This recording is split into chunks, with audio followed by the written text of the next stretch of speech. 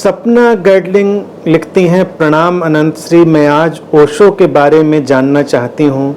श्याम मानव जी जो अंधश्रद्धा निर्मूलन का कार्य करते हैं, उनका कहना है कि ओशो लोगों को ठगते थे, और श्री माता जी जो सहज योग सिखाती थीं, उनके बारे में भी उनका यही कहना है। फिर क्या ओशो की टीचिंग गलत है? देखो सपना, खुद तय करो किसी के बारे में कोई क्या कहता है और क्यों कहता है। ये अपना अपना नैरेटिव है। जीवन में सब अपने अपने नैरेटिव से चलते हैं, और जब कोई किसी भी विचारधारा में है तो उसको अपना एक नैरेटिव निर्मित करना है। कभी कभी व्यक्ति बिल्कुल सही हो सकता है अपने नैरेटिव में, लेकिन उसी समय वो नैरेटिव किसी काम का नहीं हो सकता।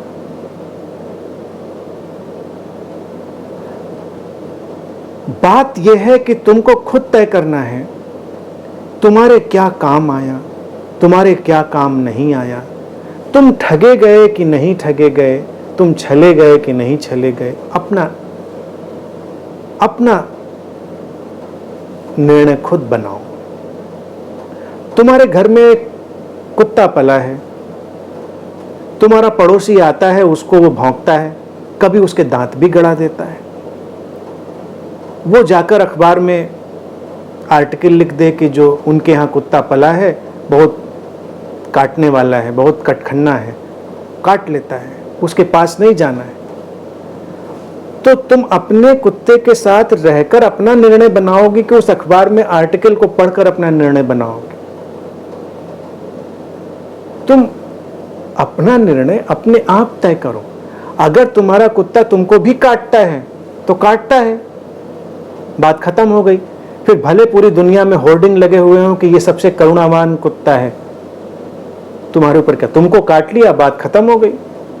तुमको इंजेक्शन लगवाने पड़े, तुम्हारा मुद्दा खत्म। और पूरी दुनिया में होर्डिंग लगे हों कि ये बहुत काटने वाला है, और तुम्हारे साथ वो बहुत प्रेमपूर्ण है, तुम्हारे साथ उसका स्नेह बहुत ही अच्छा है, तो है। फिर तुमको किस में यकीन करना है, अपने प्रत्यक्ष अनुभव पर या उस लगे हुए होर्डिंग पर? जीवन में किसी के बारे में कुछ क्या तय करना? विचारधाराएं हैं, अभिव्यक्तियां हैं, तमाम चीजें हैं। इन सब मामलों में कुछ रखा नहीं है। बस एक चीज हमेशा ध्यान रखो, अपने प्रत्यक्ष अनुभव में यकीन करो,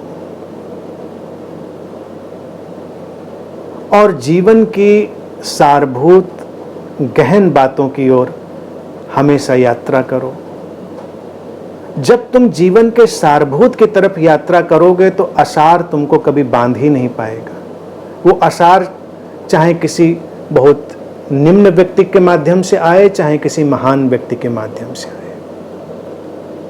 व्यक्ति ठगा और छला अपनी ही वासनाओं और अपनी ही अपेक्षाओं के कारण जाता है। दुनिया में कोई किसी को ठगता और छलता नहीं है। हमारी अपनी अपेक्षाएं, इच्छाएं, वासनाएं ही हमको ठगती और छलती हैं। इसका माध्यम कोई भी बन सकता है। तुम्हारी जैसी मांग होती है वैसी आपूर्ति समाज में होती रहती है। तो मेरा स्पष्ट मत है, अपनी मांग पर ध्यान रखो, अपने जीवन पर ध्यान रखो, अपनी अंतर्दृष्टि पर ध्यान रखो, और जीवन में हमेशा अपने प्रत्यक्ष अनुभव को महत्व दो।